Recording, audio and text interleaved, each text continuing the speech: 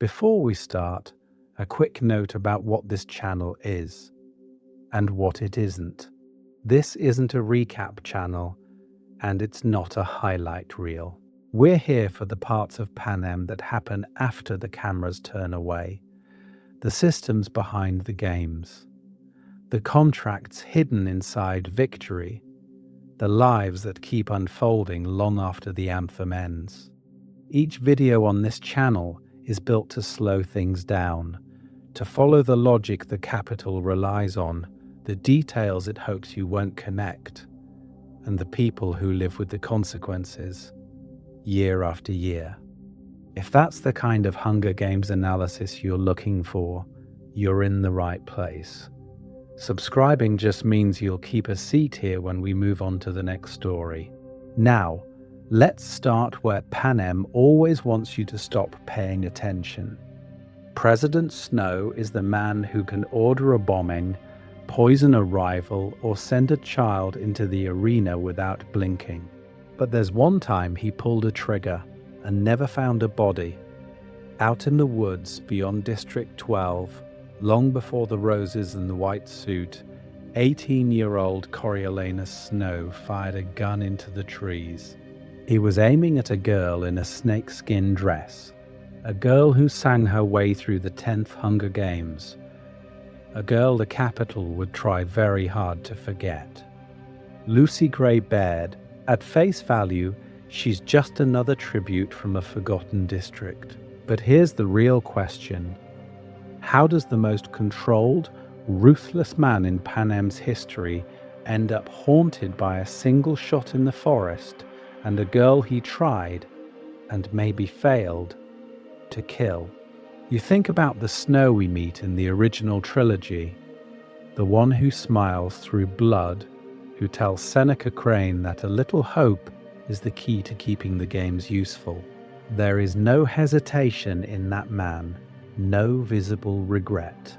So why does his story start with someone who made him hesitate at all? Because before he was President Snow, he was a broke academy student mentoring a tribute from District 12, and instead of treating her as a piece on the board, he fell into a relationship built on songs, secrets, and shared survival. That part matters because it's the only time we ever see Snow risk everything for another person and then have to destroy that promise himself.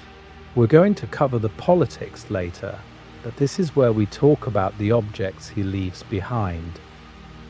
A gun dropped at a lakeside, footprints disappearing into the underbrush, a snakeskin dress remembered only in capital records and in the melodies that keep echoing through the districts decades later. The hanging tree, deep in the meadow, the songs that somehow survive long enough for Katniss to sing them. So what exactly did Snow destroy that day at the lake? Was it Lucy Gray's life, or his last chance to be anything other than the monster we recognize? And if she did survive, why do her songs end up as quiet acts of rebellion in the mouth of another girl from District 12? Here's the real question hiding under the "did she live?" debate. What did killing, or trying to kill, Lucy Gray do to Snow's mind, his politics, and the future of the games themselves? Why does a president who insists that love is weakness and performance is a weapon sound an awful lot like someone still arguing with a vanished performer he almost loved? Snow builds a world where anyone who turns affection into resistance must be broken on live television. But what if that entire system is just one man's overcorrection to the tribute he couldn't quite kill? And what if every time he looks at Katniss Everdeen, he's seeing a ghost in a snakeskin dress? Why one girl from District 12 changed all of Panem? If you zoom out from that lake in the woods, you can see something terrifying.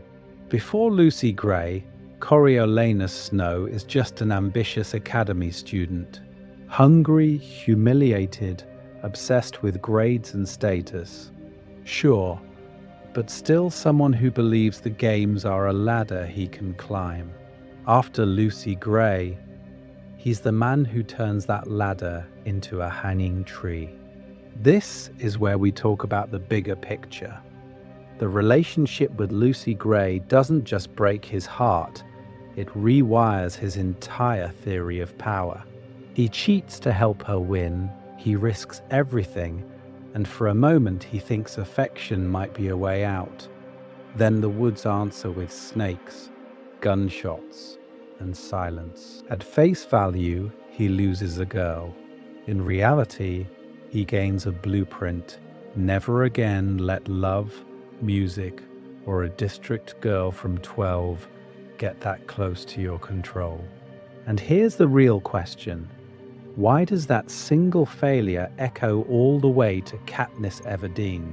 Why does an old president in the Capitol care so much about one teenager's song, one handful of berries, one act of defiance on live television?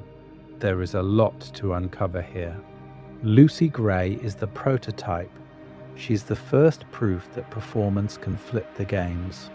In the 10th Hunger Games, Snow watches her turn a reaping into a concert, a death sentence into a story people want to root for. He learns firsthand that an audience that loves you might also follow you.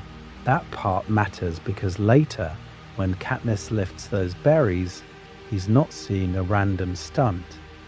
He's seeing the same dangerous equation: emotion plus spectacle equals rebellion. Why does Snow fixate on Katniss's defiance? Because he's already seen what happens when a girl from District 12 refuses to die on schedule. Why is he obsessed with the idea that love is dangerous? Because the one time he let himself believe in it, it led him into treason, murder, and a body, maybe vanishing into the trees. Why does District 12 become ground zero for rebellion? Because for Snow, 12 isn't just coal. It's the place where the game stopped being a tool and started being a threat. So he overcorrects. He turns the arena into pure spectacle. He perfumes his public image with roses to cover the rot. He builds a regime where victors are weapons, not warnings, and where any hint of unscripted affection has to be punished on camera. If his greatest mistake was killing or losing, the one person who might have pulled him off the path to tyranny, then every later death is an echo of that choice. Every child in every arena is him insisting over and over that he was right to pull the trigger at the lake. And if Lucy Gray is the ghost behind every rule he writes, then understanding her isn't just backstory. It's the key to why the games become what they are, why Snow rules the way he does, and why, when he finally sees Katniss on that screen, he panics in a very specific way. Because the real question is, what happens when the ghost finally sings back? Our angle, Snow's greatest emotional mistake. So here's where we plant our flag. Snow pulling that trigger in the woods isn't just a plot twist. It's the emotional crime he never fully manages to explain away to himself. On paper, he can say it was survival. She ran. She might expose him. He had proof of treason in his pocket and a future in the Capitol on the line. But here's the real question. If it was that clean, that necessary, why does his entire career afterward look like one long attempt to rebuild a world where that choice would have been the only rational option from the start? At face value, Lucy Gray is just one more tribute from District 12 who survives the 10th Games and disappears. In practice, she's the only canon character who ever really knows Coriolanus Snow. She sees him when he's still hungry, still humiliated, still persuadable. when he's sneaking her food, bending rules, believing, however briefly, that love, talent, and performance might be another way to win the games of Panem. That part matters because it means there is a version of Snow that almost goes another way. He admires her songs. He lets himself be moved by her charisma. He participates in her rebellion by spectacle when she turns the arena into a stage. Their relationship is the one time we watch him experiment with vulnerability instead of control, with partnership instead of hierarchy. And then he decides that was a mistake. So this is where we talk about our angle for the rest of the video. We're going to cover Snow and Lucy Gray as a case study in how love, performance, and power collide inside the Hunger Games, and how that collision hardens into Snow's political philosophy. Why does the boy who once helped a girl weaponize music against the Capitol grow up to be the man who cannot tolerate a mockingjay whistle in an arena? Why does a mentor who cheats to save a tribute become the president who turns every victor into a hostage? Psychologically, you can read his later obsessions as defenses built against what Lucy Gray represented. She was unscripted, she improvised, she made the audience feel something dangerous. Hope. After she slips out of his control at the lake, his life's work becomes eliminating that uncertainty. He tightens the rules of the games, scripts the interviews, choreographs the parades, and punishes any symbol that suggests the story might go off book.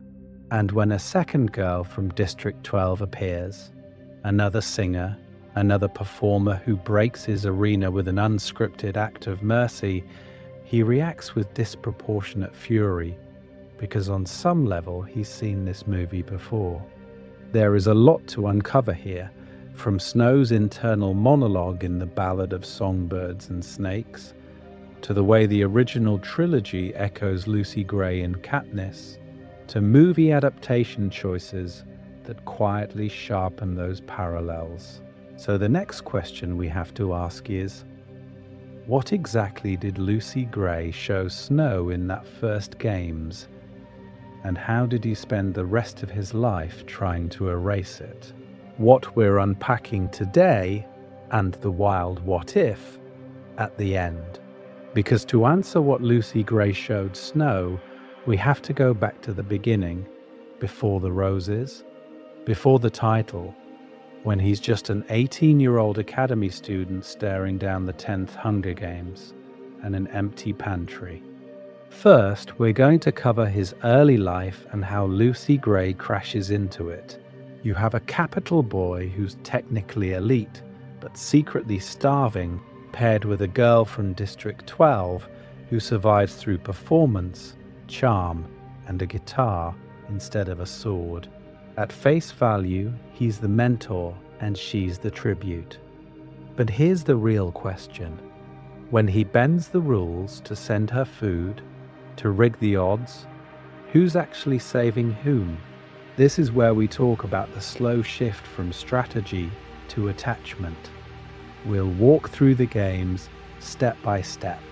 The rainbow dress, the snake incident, the songs that turn a rigged execution into a story the Capitol can't stop watching. We'll track how Snow starts treating Lucy Gray not as a piece on the board, but as the board itself.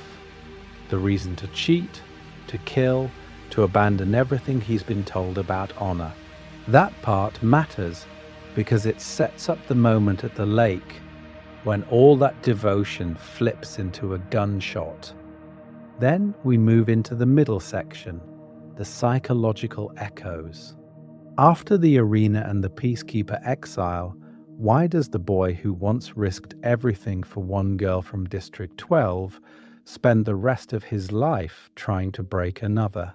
We'll map Lucy Gray onto Katniss, both from 12, both performers in their own way, both turning the games into a stage they refuse to play straight.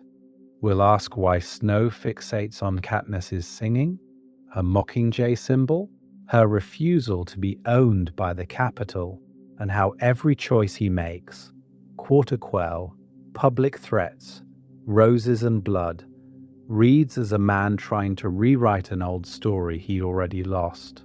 On top of that, we'll pull in the book versus movie angle. The ballad film trims Snow's internal monologue but sharpens his visible regret. The hesitation at the gun, the way his face falls when Lucy Gray vanishes into the trees, the almost panicked search.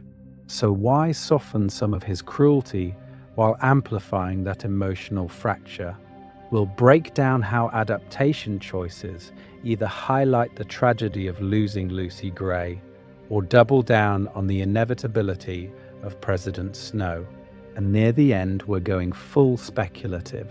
We'll build an alternate timeline where Snow doesn't pull the trigger, Lucy Gray survives openly, and we test whether Panem still ends up with a President Snow, or if the games twist into something even worse. Did he truly want her dead at that lake, or did he construct a situation where losing her was the only outcome, so he never had to admit he'd given a piece of himself to a tribute from a district he was raised to despise? Hold on to that question, because every scene we unpack next is going to push that answer in a different direction. If you're new here, why we obsess over one scene in the woods?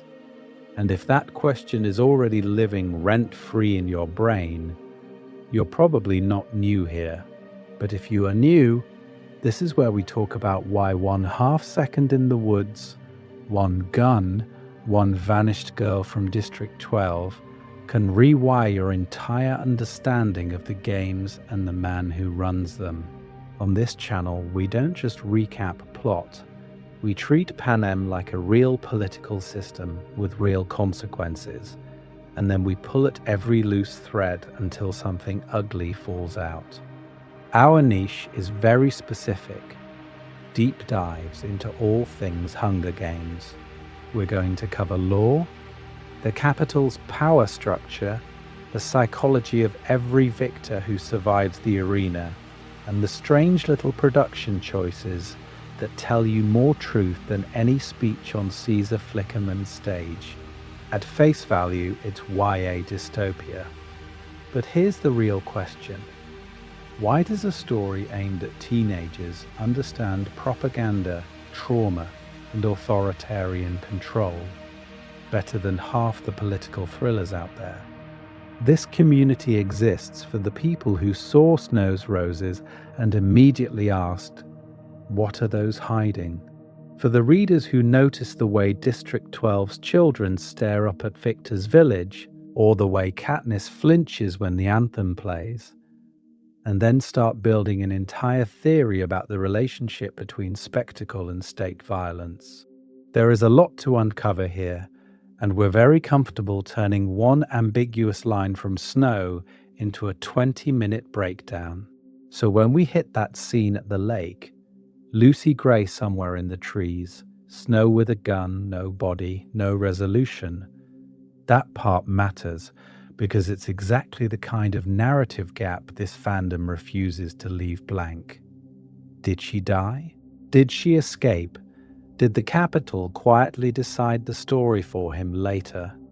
Every option rewrites who Coriolanus Snow is when he smiles at Katniss across a screen. If this is your first time here, and you enjoy treating the Hunger Games like a grad seminar in political trauma, you're in the right place. We ask why the Capitol builds victors' villages, why a single song can threaten a regime, why one tribute from a poor district can haunt a president until his last breath. And then we map those answers onto the canon, line by line, scene by scene. If you want more of that, future breakdowns on Haymitch's survivor guilt, Coin's carefully curated image of hope, or why Seneca Crane's beard is low-key a strategic decision, Consider subscribing so you don't miss what's coming next. No pressure, no game-style ultimatum. Just an open invitation to stay in the arena with us a little longer. Because now we're going to rewind. Back before the roses, before the white suit, before President was attached to the name Snow. Back to an 18-year-old academy student who still believed the games were something he could outthink, outplay, and maybe even escape. He was wrong. Before the roses, Coriolanus Snow at 18. So when we rewind to 18-year-old Coriolanus Snow, the first shock is simple. He's broke.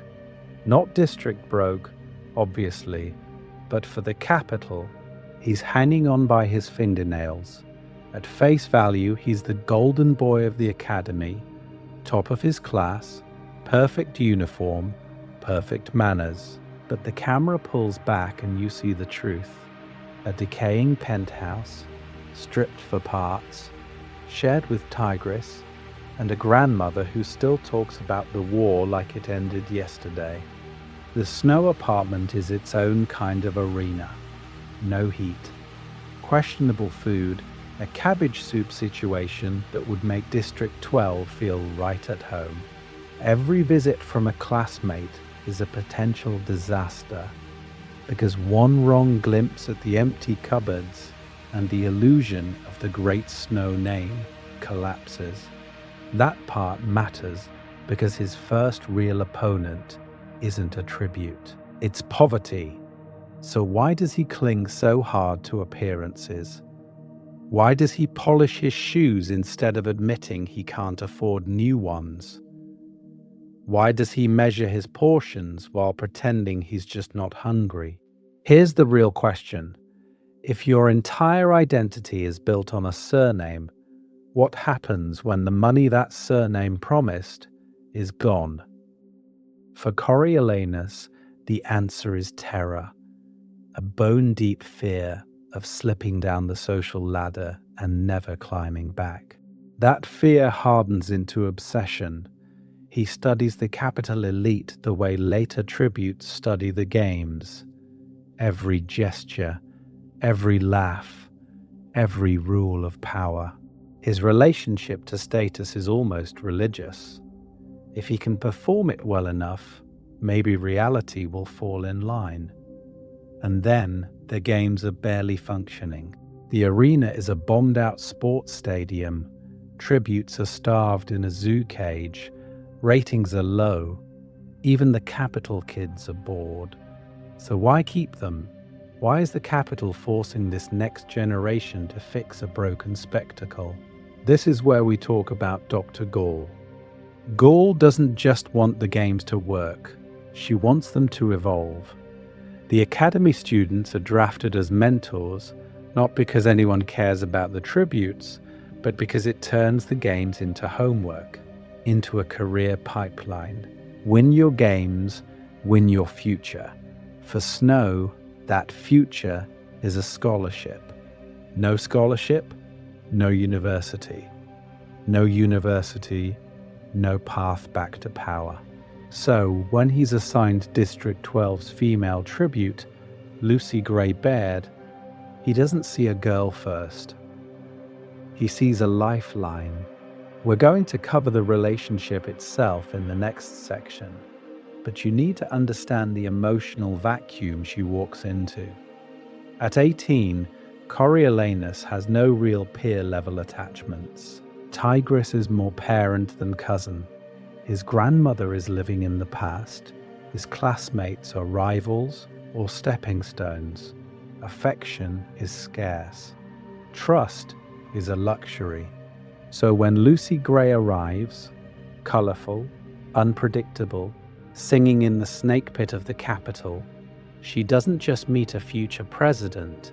She meets a starving boy who's learned to call his hunger ambition, and that's a very dangerous kind of empty. Enter Lucy Gray, the songbird in the snake pit. So when Lucy Gray steps onto the stage in District 12, you're not just meeting a tribute, you're watching a bomb go off in Coriolanus Snow's carefully controlled worldview. At face value, her entrance should be pathetic. She's been dragged through the mud, literally shoved by the mayor's daughter. Reaping Day already feels like a public execution. Then the snake appears in Mayfair's dress, that bright little piece of Covey payback, and suddenly the crowd isn't laughing at Lucy Gray anymore. They're staring. Because she's not crying. She's performing. Rainbow dress, ruffled and theatrical. Powdered face. Boots that say traveling musician, not coal miner. She takes the microphone in the square that has killed children for 10 years straight and sings a defiant song that turns the reaping into her stage. That part matters because the games are built to strip you down to pure fear. Lucy Gray responds by adding layers, color, voice. Story. Snow has spent his entire life trying to do a version of that with no music and no safety net. He's been performing perfect capital air at school, at home, in front of the plinths, turning poverty into polish and hunger into ambition. But he's always white-knuckling it, calculating, afraid the mask will slip. Lucy Gray's mask is the point. Here's the real question. What does it do to someone like Coriolanus when he sees a girl from District 12 do, effortlessly, what he's been bleeding himself dry to manage socially? She's supposed to be powerless, yet she bends the entire reaping's attention with one song. He's supposed to be the one with status, yet he's the one watching from the balcony, stunned. There is a lot to uncover here in terms of class and culture. The Covey aren't standard District 12. They're traveling performers half outside the usual labor system, with their own music, their own rules, their own sense of freedom. To a capital-bred boy who's been taught that control comes from uniforms, schedules, and strict hierarchy, Lucy Gray's whole identity is alien by risking the crowd's mood instead of obeying it. This is where we talk about why she hits him as both opportunity and threat. From the moment her name is drawn, Lucy Gray becomes a project for Snow. If he can turn that raw charisma into a winning strategy, he gets the plinth prize, money, and a restored place in the capital. She is his best chance to escape his own private games. But she's also a puzzle he can't fully solve. She doesn't react the way a proper victim should. She doesn't react the way a proper capital citizen would, either. She laughs, flirts, sings, remembers slights, forgives selectively. Every time he thinks he's predicted her, she sidesteps the script. And that's where the dangerous bond starts. For the first time, Snow tastes mutual need. She needs him to navigate the capital and survive the arena. He needs her talent and unpredictability to win back his future. It feels almost equal. The question is, what happens when a boy who worships control falls in love with the one person he can't control? Cheating death. How Snow learns to rig the game. So what does a boy obsessed with control do when he falls for the one person he can't script? He starts rewriting the rules of the games instead. At first, Snow's cheating feels almost harmless. A little extra food slipped Lucy Gray's way, a quiet word to secure medicine, nudging sponsors by turning her into a capital sensation. At face value, it's just good mentoring. You're supposed to help your tribute, right? But here's the real question. When does help become rigging a death match the rest of Panem has been ordered to trust? This is where we talk about escalation. The 10th Hunger Games are still messy, half-formed, more punishment than polished spectacle. That part matters because it gives Snow room to improvise. He doesn't just sell Lucy Gray's songs. He studies how the crowd reacts, then tailors her image, pushing her as a symbol of hope for a bored capital and a desperate district audience. Every sponsor gift becomes a test. Can he pull another string? Can he bend another rule without it snapping back on him? Inside his head, each step is rational. The capital cheated his family out of status. The academy cheats him with that essay. Why shouldn't he cheat back to keep his promise to Lucy Gray and to himself? There is a lot to uncover here in his internal monologue. He tells himself it's noble, that her survival is the only moral outcome, that the real crime is the game's existing at all. But under that moral performance, he's discovering something intoxicating. From the shadows, he can decide who lives and who dies. We're going to cover the moment that really crosses the line. When Snow tampers directly with the arena, poison, sabotage, exploiting access no mentor should have, he isn't just bending procedure, he's committing crimes. Legal lines, moral lines, all blurred under the same justification. If Lucy Gray walks out a victor, the ends explain the means. The irony is brutal. In trying to save her from the games, he becomes the prototype of the man who will later weaponize every arena in Panem. You can already see President Snow forming. The boy who rigs sponsor gifts becomes the president who rigs quarter quells, who tweaks arena conditions mid-broadcast without blinking. That early thrill of invisible power, it scales up into a whole political system. The relationship with Lucy Gray is his test run for controlling an entire country through curated hope and calculated fear. But emotionally, it's not just ambition. For the first time, his sense of power is tied to another person's heartbeat. If he fails, she dies. If he succeeds, she lives because of him. That creates a dangerous fusion. Love, or something like it, welded to manipulation. How do you ever go back to being powerless after that? And here's the real question.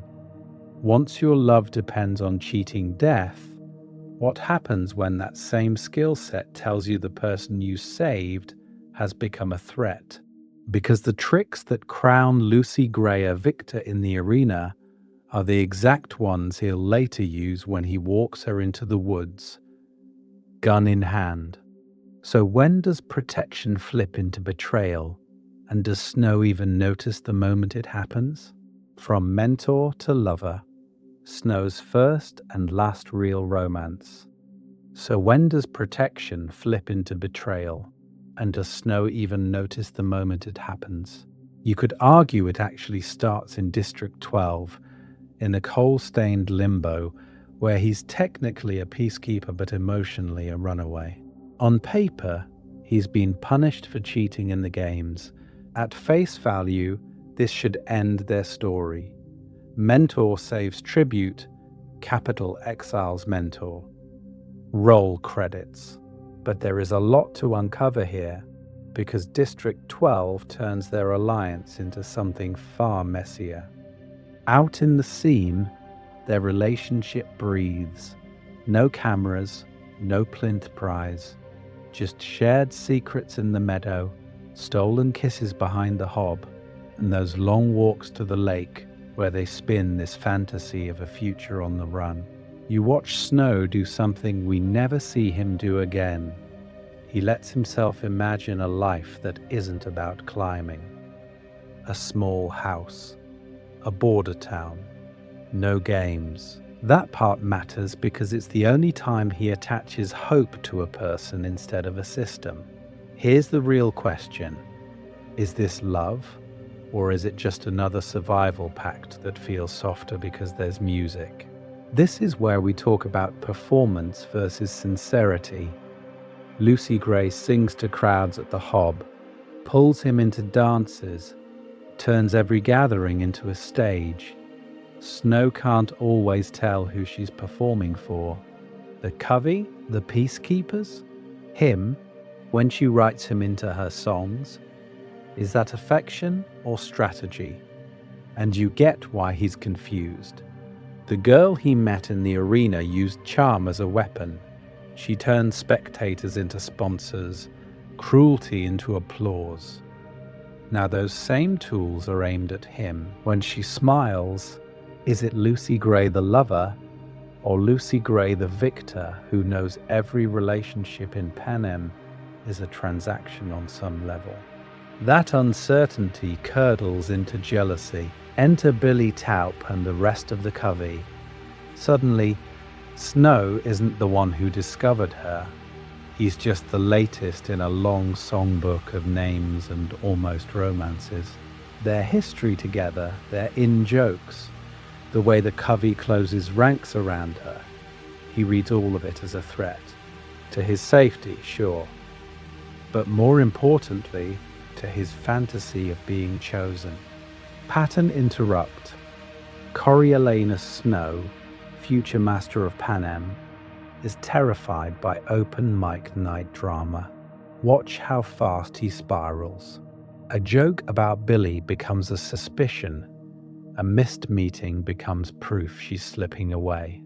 Every laugh she shares with someone else feels dangerous, because if she's not fully his, she might talk, she might leave, she might survive without him. And if she can do that, what does he actually offer? We're going to cover his political evolution later, but emotionally, this is the turning point. By the time they plan to run away together, money hidden, uniforms stolen, he's in too deep. He's attached to her in a way that doesn't fit his training, his hunger, or the capital's rules.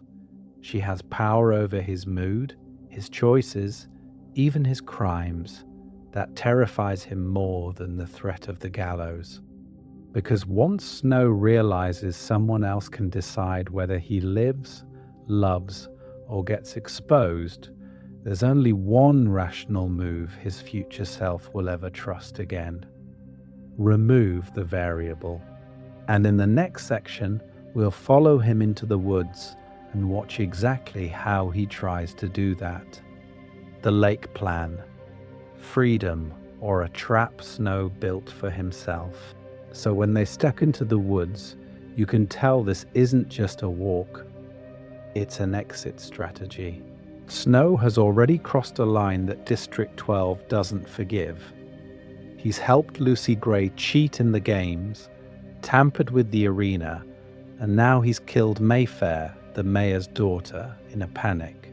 In a poor district where the peacekeepers are supposed to be the capital's clean white line between order and chaos, that part matters because his crime isn't just murder, it's embarrassment. And the capital executes embarrassment quickly. So why the lake? Why not run for a train or disappear into another district? At face value, the plan is simple. Grab Lucy Gray, grab the guns, vanish into the wild. They've heard stories of people slipping past the fence, of lives built in the trees where no reaping, no games, no peacekeepers can reach. It sounds almost romantic. A private victor's village made of moss and sunlight instead of marble. But here's the real question. Is this actually an escape or a rehearsal for betrayal? This is where we talk about the lake as a liminal space. It sits outside the district line beyond the official map, where the capital's rules start to blur.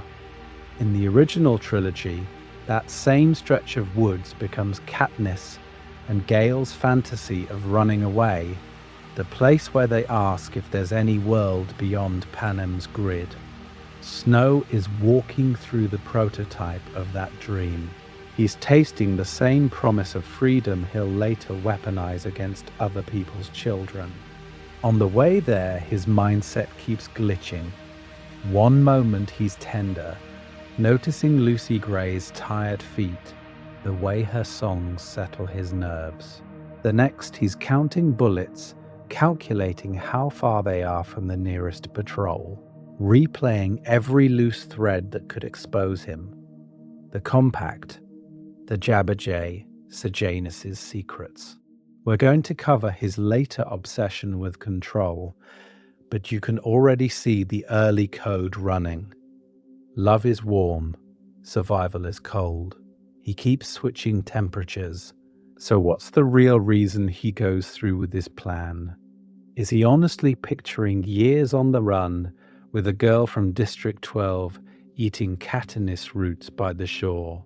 Or is part of him already looking for the cleanest way to step back into a future where he can be more than a disgraced peacekeeper?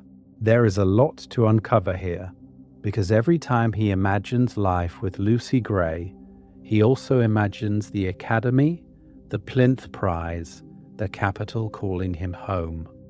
By the time they reach the water, the lake isn't just scenery, it's a test. On one bank is the boy who could disappear, who could choose a small, anonymous relationship over power. On the other is the man who will kill to keep his options open. The surface is calm, but underneath, two versions of Snow are circling. Only one of them is coming back to shore. And in the next section, we'll see which one pulls the trigger. Gun, snake, silence. The ambiguous murder of Lucy Gray. The version that comes back to shore starts with a single stupid object, a gun. Snow finds it in the cabin, wrapped up with the evidence of his treason. At face value, this should be his way out. Proof he can destroy, a clean reset before the Capitol notices. But here's the real question. Why does his first instinct turn from survival to suspicion the second he realizes Lucy Gray knew where that gun was? He steps outside. She's gone. No scream, no struggle, just a missing girl and a trail into the trees. That part matters because it's not an attack, it's an exit. We're going to cover this moment by moment, because this is where we talk about how the forest stops being neutral scenery and starts closing in on him.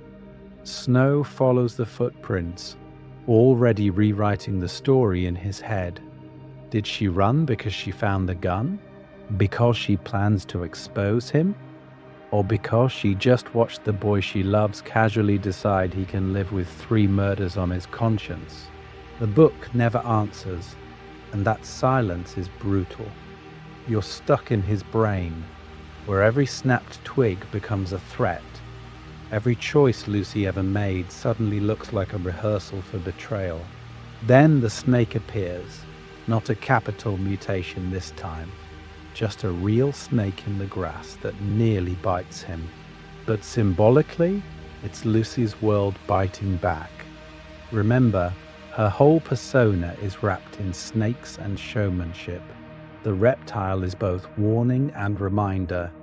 He's the intruder here, in her element, not the arena the Capitol controls. He kills it, of course. Problem solved on the surface. Underneath, it's another tiny rehearsal for killing the girl who wears snakes as armor. And over all of this, the mockingjays start. They throw her voice around the trees, looping old songs, half phrases, memories. The forest becomes an echo chamber where you literally cannot tell if Lucy is 10 feet away or gone forever. Is that her singing as a distraction, or just the birds replaying yesterday? There is a lot to uncover here, because Snow is effectively hunting a memory while being hunted by his own paranoia. So when he finally fires into the trees, what does he actually know? No visual, no weapon pointed at him, no confession, just the possibility she might talk, might leave, might choose her own safety over his. His decision is less about evidence and more about a preemptive strike against abandonment. He's not just afraid of being exposed to the capital, he's afraid of being the boy left behind in District 12 while the girl with the songs walks away. Collins keeps it viciously ambiguous. No body, no confirmed death, just a scream, or maybe a bird, and then nothing. A boy alone in the woods with a gun and a story he has to tell himself to keep moving towards power. So here's the real question. Did he truly mean to kill Lucy Gray, or did he choose the one scenario where she could disappear and he could pretend it was inevitable? Because depending on your answer, the next part of his transformation looks very different. And in the next section, we're going to see how Snow spends the rest of his life acting as if that shot actually hit something. Did Snow want her dead, or just gone? So if Snow spends the rest of his life acting as if that shot hit, we have to ask, what did he actually want in that moment at the lake? Did he want Lucy Gray dead, or just gone? On paper, the cold-blooded version is easy. At face value, Coriolanus has every reason to eliminate her. She knows he cheated in the games, she knows he killed Mayfair. She's the one thread that, if pulled, could unravel his entire future in the capital. From this angle, the gunshot is simple. A preemptive execution, remove the liability, secure the career, move on. But here's the real question. Does that line up with the terrified, half-starved academy boy we've actually been watching?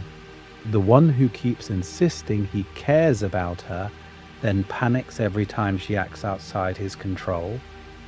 There is a lot to uncover here, because the lake scene doesn't read like a master assassin cleaning up a mess. It reads like a kid in a horror movie who suddenly realizes he might be the monster. When Lucy Gray vanishes into the trees, Snow's fear spikes. Not just fear of punishment, but fear of abandonment and exposure. If she runs, she can tell Pluribus. She can tell the entire district. But she can also just leave him. Take the only person who ever made him feel chosen and walk away. So he does the ugliest version of a breakup you can imagine. He fires into the woods and calls it survival. And this is where we talk about his rationalizations. Notice how fast his brain goes to work afterward. It was self-defense. She betrayed him first. She was probably planning to turn him in. He piles on reasons with the speed of someone who doesn't quite believe himself. That part matters because it's classic guilty thinking. If you were absolutely sure you had no choice, you wouldn't need to rehearse the story so hard. Then Collins gives him a gift. Ambiguity. No body, no blood trail he can follow. Just a scream, some snakes, and silence. Psychologically, that's incredibly convenient. When he wants to be the ruthless survivor, Lucy Gray is dead. And it was necessary. When the guilt spikes, he can imagine she escaped, slipped back into the sun and the rain, and is out there somewhere proving he wasn't a murderer, just unlucky. He can never mourn her. The future president of Panem cannot stand in the Snow Mansion and say, "I lost the girl from District 12 who knew the real me." So the regret has to come out sideways. Over decades, he punishes any girl who echoes her, any singer, any symbol, any tribute who turns the games into a stage for defiance instead of obedience. So when another girl from District 12 steps into the arena with a song and a spark, what does that do to the part of him that never found Lucy Gray's body? In the next section, we're going to cover how that ghost shapes every threat, every rose, and every conversation Snow has with Katniss Everdeen. From Lucy Gray to Katniss, the echo that terrified Snow.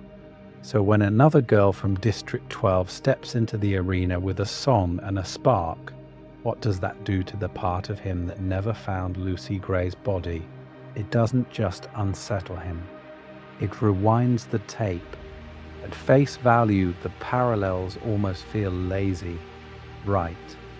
Another poor girl from the seam, another performer, another tribute who refuses to let the game script her. Lucy Gray walks into the 10th games in a rainbow dress, turning the reaping into a concert. Katniss walks into the 74th with a flaming dress, turning the parade into a coronation. Both are from the district Snow once considered a punishment posting. Both weaponize music. Both make the arena their stage instead of their cage. And here's the real question. Why does that specific pattern terrify a man who's spent decades perfecting control? Lucy Gray sings at the reaping, and suddenly the crowd isn't just afraid. They're charmed, intrigued, emotionally awake. Years later, Katniss steps up, and Rue's four-note call, the salute, and eventually the Mockingjay song ripple through the districts. In both cases, the Capitol thinks it's broadcasting punishment. Instead, it's airing a pilot episode for rebellion. This is where we talk about songs as seeds. Lucy Gray's ballads stay technically local, but they rewire Snow's brain. He learns that performance is power, that if you can move an audience, you can move a nation. Then Katniss starts humming The Hanging Tree, a song tied directly to Lucy Gray's era. And that part matters because it's not just a melody, it's a buried memory of defiance, resurfacing on national television. The Mockingjay pin, her bird call persona, the way crowds echo her gestures, those are all evolutions of Lucy Gray's original trick, turn spectators into participants. So why does Snow keep calling Katniss into private meetings? Why the roses, the intimate threats about Peter, the insistence that she understands she's responsible for what her image inspires? He never did that with Cato. He doesn't bother with Glimmer. His relationship with Katniss is personal because, in his head, he's seen this movie before. And the last time, it ended at a lake with a gun and no body. We're going to cover how the Capitol loves symbols it can own. Stylists, scripts, victory tours. Lucy Gray refused the script. Katniss burns it on camera. From Snow's perspective, Katniss is the Capitol's second chance to correct a mistake, to finally crush that unscripted district-born charisma that slipped through his fingers when he was 18. If he can break her publicly, parade her obedience, he proves to himself that Lucy Gray was an anomaly, not a warning. That's the reason District 12 becomes ground zero for his cruelty. He bombs the seam. He keeps Victor's village pristine. He needs Katniss to stand in the ruins and feel responsible. Because at that lake, he tried to kill Lucy Gray and failed. With Katniss, he's determined to finish the job, not just killing the girl, but killing the story she represents. So when he watches a Mockingjay rise from the ashes of 12, is he seeing a new enemy? Or the one tribute he never quite managed to bury? In the next section, we'll track how that obsession shapes every strategic move Snow makes, right up until the moment the games finally turn on him. Love as a threat. What Snow learned from losing Lucy Gray. So when that mockingjay rises from the ashes of 12, you're not just seeing Snow's new enemy, you're seeing the ghost of the old one. Because long before Katniss, there was another girl from District 12 who taught him the most dangerous lesson of his life. Love is a liability. You remember that line he throws at Katniss, that what she can't grasp is how love is more dangerous than any physical threat. At face value, it sounds like pure capital philosophy. Cold, calculated. But here's the real question. How does a man who once risked everything for a girl in a rainbow dress end up lecturing a teenager about love as a weapon? This is where we talk about Lucy Gray. With her, Snow does all the things future President Snow would tell you never to do.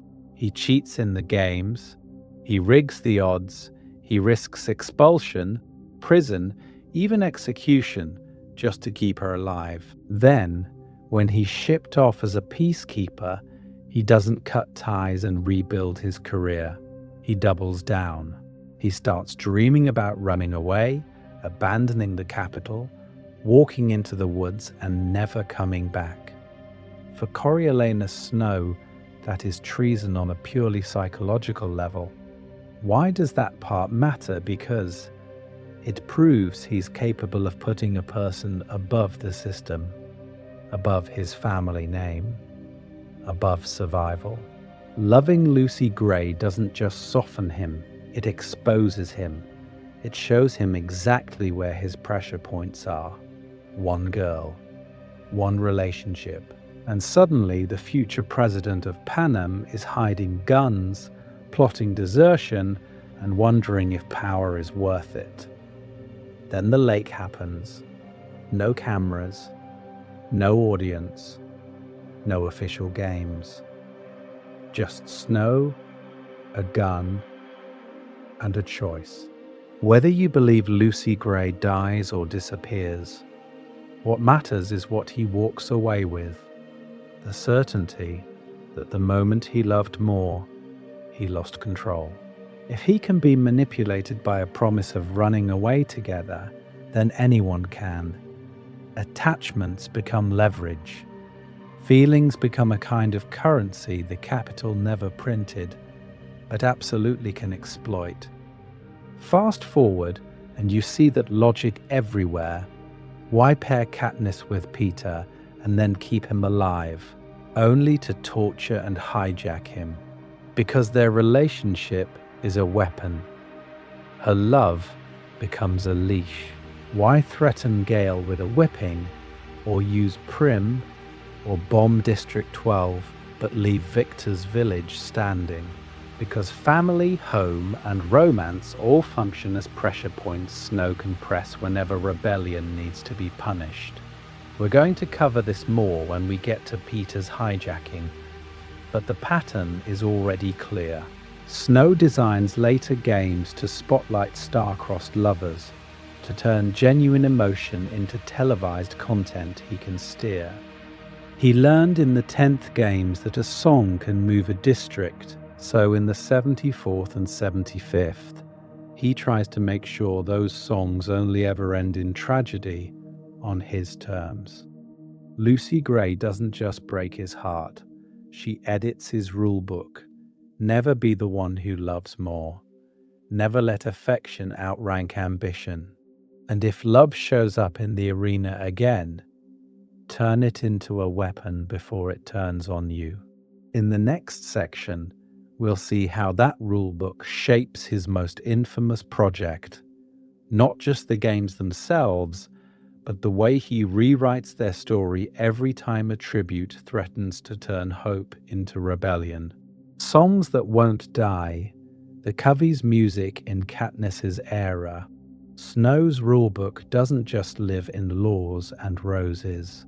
It lives in songs.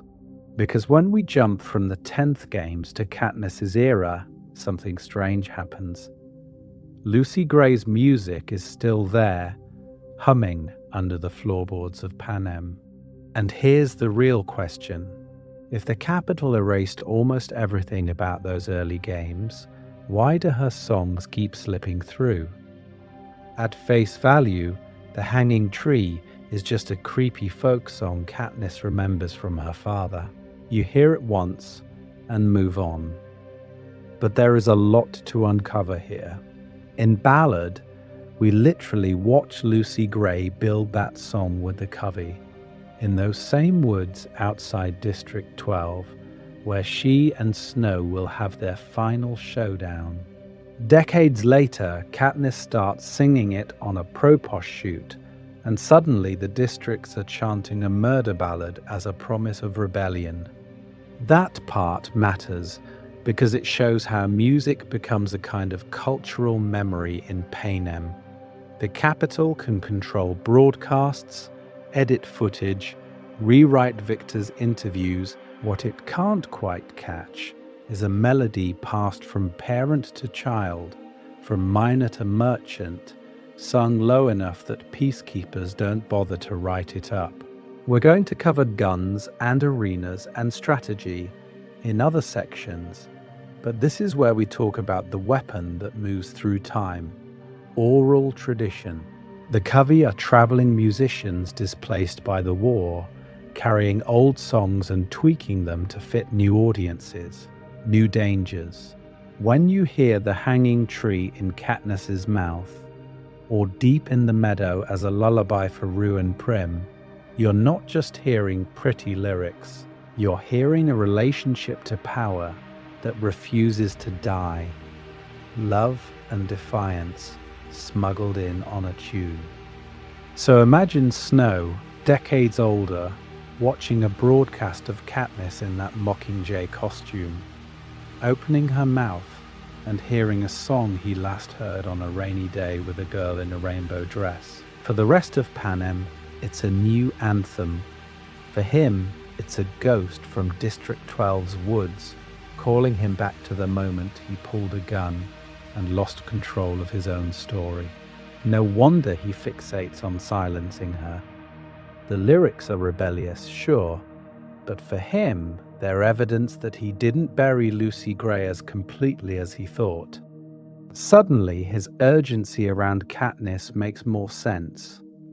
Every time a song spreads through a district, it proves the games failed at their deepest purpose. The capital promised that fear would overwrite memory, that spectacle would replace history. Instead, Lucy Gray's melodies sneak under the door, turning victors into symbols and symbols into movements. So if the songs survived the snakes, the peacekeepers, and the decades in between, what else might have made it out of those woods with them?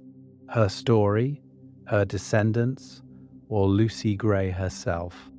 Building the monster, how one betrayal hardens into policy. So if the song survived, what else did? Here's the real question.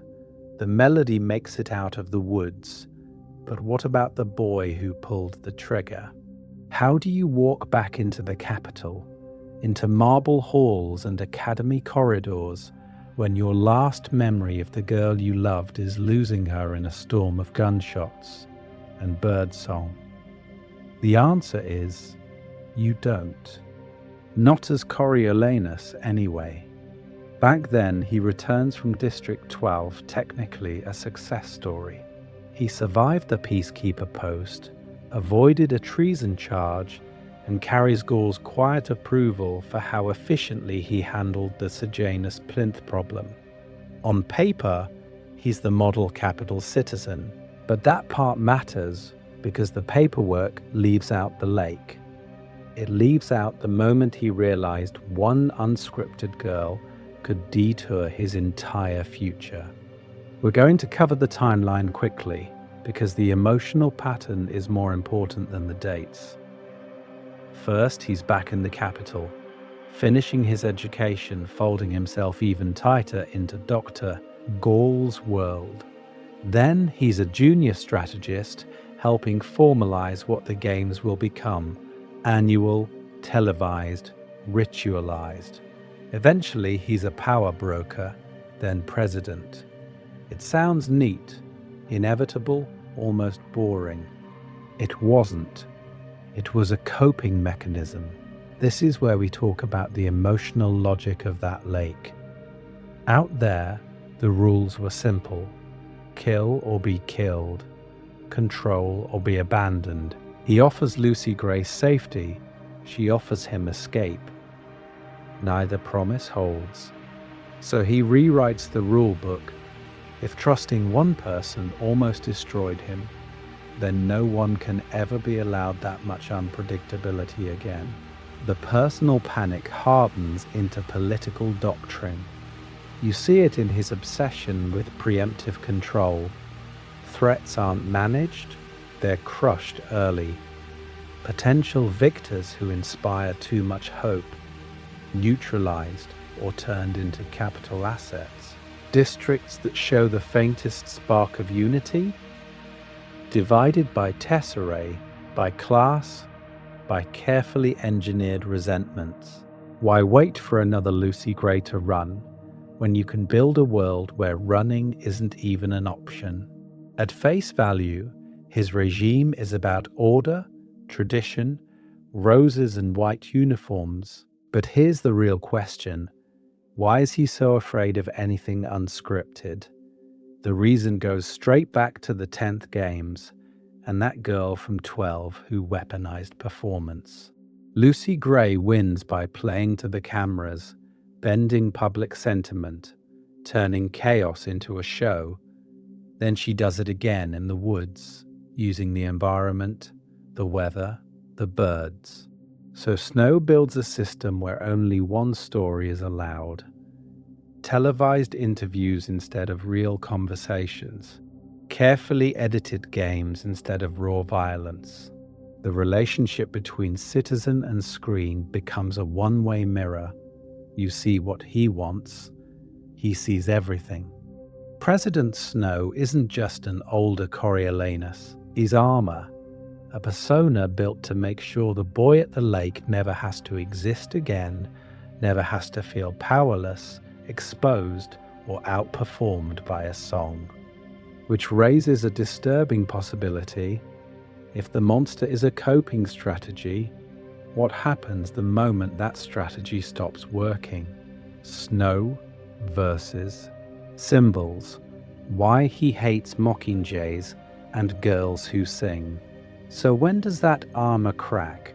It cracks the moment a song won't stay where he puts it. This is where we talk about mockingjays. At face value, they're just birds. Biological glitch. The capital breeds jabberjays as living recorders, then dumps them when they outlive their usefulness. But here's the real question. Why does Snow hate their descendants so much that the sound of them singing in the woods feels like a personal insult? Because mockingjays are the universe telling him his system doesn't get the final word. They represent unintended consequences, messages the capital can't control, district culture surviving in the gaps between barbed wire and peacekeeper patrols.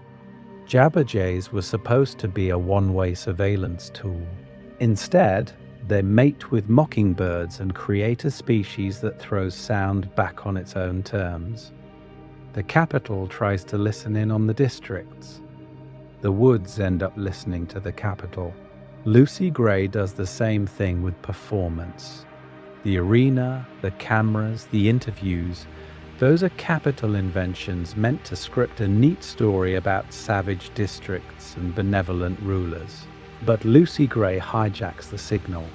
Her songs smuggle in covey history, district pain, and private jokes the capital doesn't fully get. The games give her a stage. She turns it into a broadcast for District 12. That part matters because it's the first time Snow watches meaning slip out of his hands. He writes her strategy, he feeds her lines, he thinks he's directing the show. But the audience, Plinth, the viewers, the district, fall in love with something he didn't author. Her unpredictability, her vulnerability, her refusal to be only what he needs. The relationship stops being a project and becomes a problem. Mockingjays are that problem, turned into wildlife. You whistle a tune, they repeat it. Then someone else answers from across the valley. Suddenly you have a communication network the capital never planned, carrying melodies, messages, even rebel signals. There is a lot to uncover here, but the core reason Snow hates them is simple. They prove that symbols can breed in the wild. So when Katniss is branded the Mockingjay, it's not just a costume issue, it's a nightmare déjà vu. Another girl from District 12, another singer, another performer who turns the capital's own tools, televised interviews, arena rules, victory tour, into a stage for meanings he didn't pre-approve. Why does he focus so much on what people see when they look at her? Because he remembers what happened when people looked at Lucy Gray. Snow isn't just afraid of what Katniss does. He's afraid of what everyone else does with her. The salute in District 11, the berries, the song for Rue, those are Mockingjay moments where the crowd projects its own hope and grief onto her. He can threaten, torture, bomb. He can't reach into a stranger's mind in District 4 and delete the feeling they get when they see that pin. In a way, the Mockingjay is the Lucy Gray problem replayed on a national scale, a symbol born from his own system, carrying a tune he can't mute. And the tragic irony is, the harder he tries to kill that song, the louder it gets. So what do you do when every attempt at control creates a new symbol of resistance? The ballad film versus the book. How adaptation handles Snow's regret. So when you finally get to the lake, the story hits that same problem. Snow can't mute the song. But here's the real question. When you watch the ballad film, whose song are you actually hearing in that moment? Lucy Gray's or the camera's? On the page, you're trapped in Snow's head. Every twitch of paranoia, every calculation about the gun, every stray thought about the games and the capital threads through that walk in the woods. The lake scene reads almost feverish. In the movie, we're going to cover the exact opposite move. You get distance. You're outside him, watching. That part matters because film has to decide how guilty his face is, instead of letting your imagination do the worst of the work. Watch how the scene is staged. The camera hangs back as they move through the trees, then tightens when he finds the gun and realizes what it proves. Sound drops out. You hear wind, birds, the soft water, no inner monologue. At face value, it's peaceful. But the longer we stay on Snow after he fires into the trees, no Lucy, just his breathing and the echo of shots, the more the movie forces you to sit with his choice rather than her disappearance. The book lets you race ahead, wondering where she went. The film pins you to his face and asks, "What did you just do?" This is where we talk about Tom Blythe. His performance is the adaptation's biggest vote in that debate over regret. When he first raises the gun, there's a flinch, a micro-hesitation in his shoulders. Fear? Definitely. Of Lucy? Of being found out by the capital? The relationship between those fears is the whole reason this scene works. After he fires, his eyes don't harden immediately. They search, almost pleading, before they shut down. One beat of confusion, then the cold mask slides on. The book tells you that shutdown is coming. The film makes you watch it happen in real time. Lines matter too. The movie trims some of Snow's more explicit, spiraling suspicion, and softens Lucy Gray's potential complicity. She feels less scheming, more cornered. That shift makes her betrayal feel smaller and his reaction feel bigger. If she isn't clearly playing him, then he's not just neutralizing a threat, he's preemptively executing a girl who might still have chosen him. There is a lot to uncover here, because every cut line from his paranoia file nudges you towards seeing this as a tragic misread instead of a necessary survival move. So does the film lean tragic romance or inevitable villain origin. It tries to thread both, but the visuals tip the scale. The lingering shots of their brief happiness in District 12, the quiet at the lake, the way the sound design isolates his breathing after the gunfire, all of that frames this as the moment he kills his last real hope. Yet the final close-ups, the way his posture straightens when he walks away, say he'll use this pain as fuel. Regret becomes raw material for power. And that's the core of adaptation. It doesn't just retell the story, it picks a side. The book leaves you wondering whether Snow ever truly loved Lucy Gray or only ever used her as his winning tribute. The film, through camera, sound, and performance, suggests a harsher answer. He might have loved her for a second, but he chose the capital forever.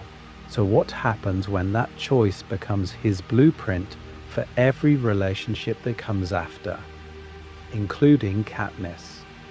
Inside Snow's head, guilt, denial, and the stories he tells himself. So if Snow chooses the capital over Lucy Gray, and then over Katniss, what does he do with that choice inside his own head? You don't just walk away from the lake, wipe the blood off your hands and go, well, that was reasonable. You need a story. This is where we talk about narrative as self-defense. In Ballad, you watch him start editing reality in real time. After the murder at the hanging tree and the bodies on the train tracks, his first instinct isn't grief. It's calculation. He tells himself he had no choice, that Sejanus was a traitor, that Lucy Gray was unreliable, that the world is kill or be killed. At face value, those are strategic assessments. Underneath, they're excuses. They're the scaffolding holding up his self-image as the smart survivor, not the boy who panicked and shot at a girl in the woods. Here's the real question. How do you kill someone you might have loved and still look in the mirror? Psychologically, that's textbook cognitive dissonance. Snow knows on some level that betraying Lucy Gray, framing Sejanus, even cheating in the games, violates the moral code he was raised on. So he does what a lot of people do when their actions and values collide. He rewrites one side of the equation. If the act can't change, the memory can. Suddenly, Lucy Gray becomes suspicious, maybe treacherous.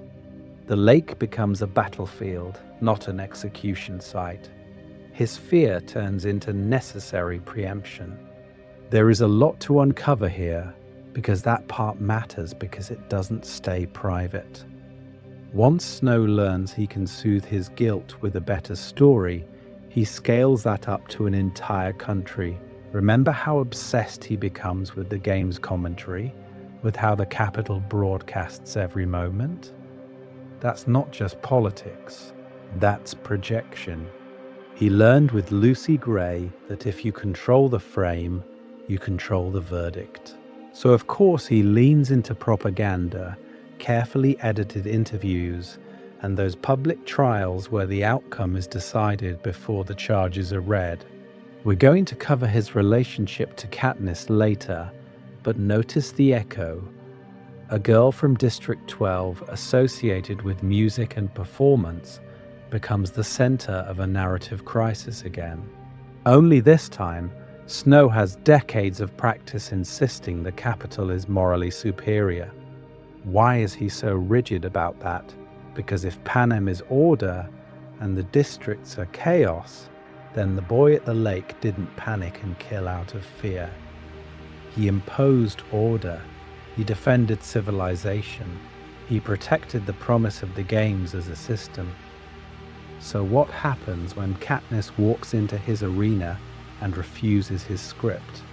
When a victor from the same district as Lucy Gray forces the capital to air a different story, berries, mercy, rebellion, a president who isn't in control anymore, if Snow has spent his whole life burying the truth of that afternoon in the woods, what breaks first when he's finally forced to watch a new version of himself on screen?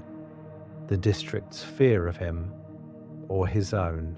Katniss as judge and jury, forcing Snow to relive his first crime.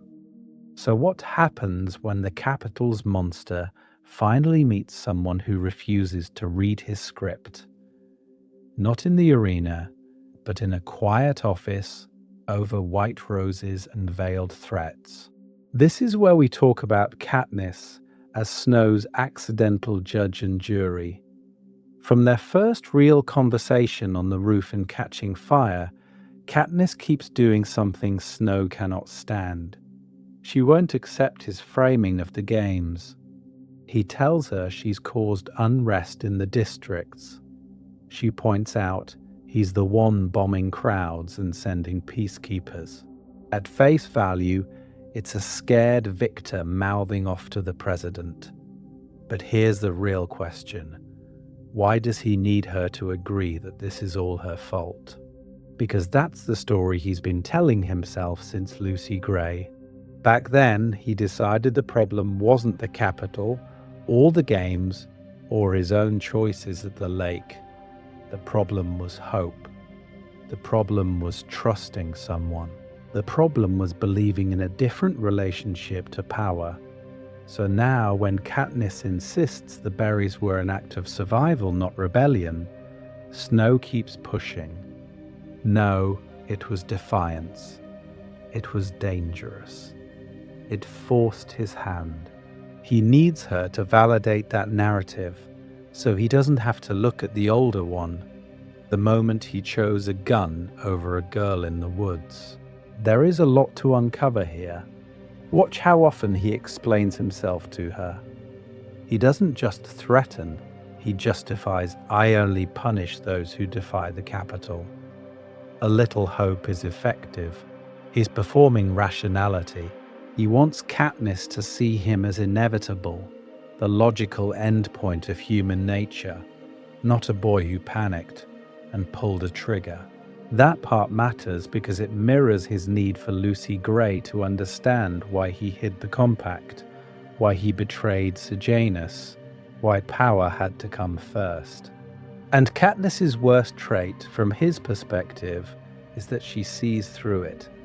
She looks at the games and calls them murder. She looks at Snow and says essentially, "You smell like blood." She names his cruelty in a way no Capitol audience ever has. Psychologically, that's the nightmare, being seen not as your carefully curated story, but as the scared teenager you used to be. So why does he keep inviting her into private conversations? Why keep giving her chances to judge him?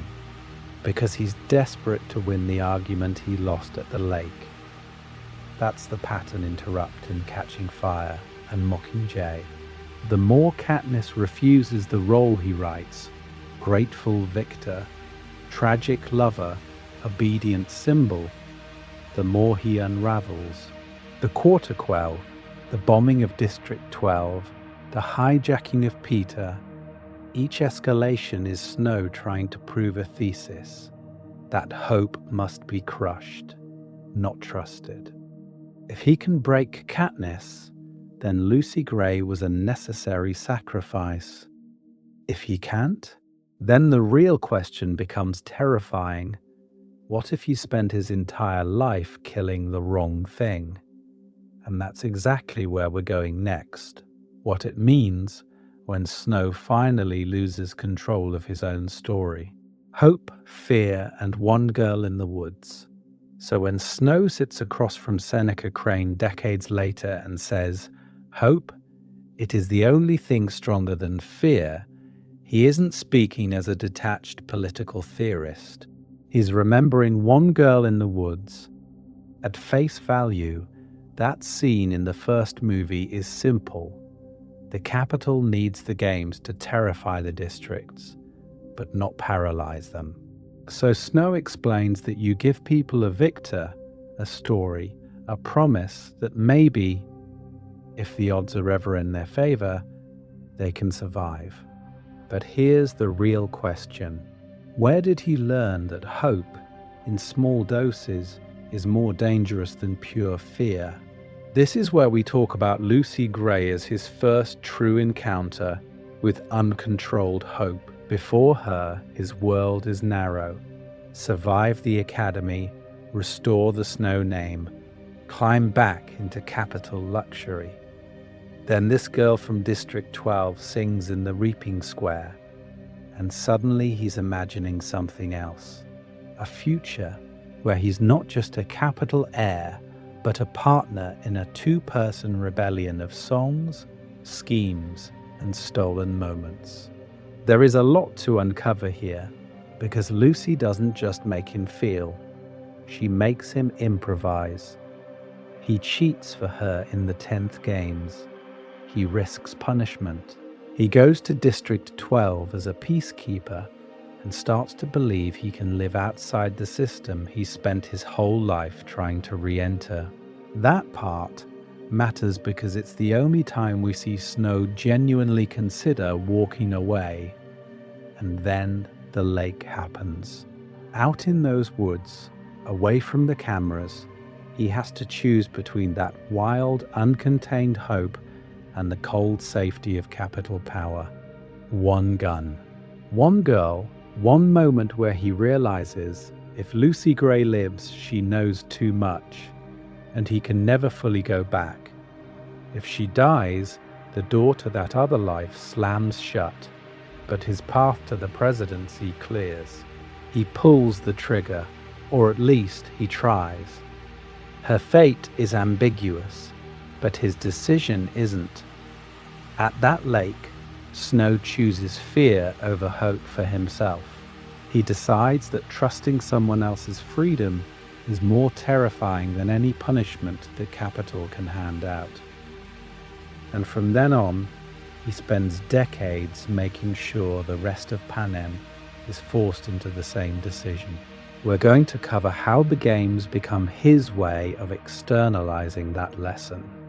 A carefully engineered system where you drip feed hope, one victor per district, a televised love story, a sponsor gift falling from the sky, just enough to keep everyone invested, never enough to free them. The relationship between terror and reward is calibrated so no one ever gets a Lucy Gray-sized dream again. Which brings us to the real nightmare for Snow. If Lucy Gray is the original hope he tries to kill, what happens when he finally fails? When another girl from District 12 walks out of the woods with a bow, a song, and a rebellion he can't quite shoot out of the sky, Snow's private Panem. How personal trauma becomes national policy. Snow fails with Katniss in a way he thought he'd solved decades earlier. He thought he'd Lucy Gray-proofed Panem. Because here's the real question. Why does an entire nation end up living inside one man's breakup?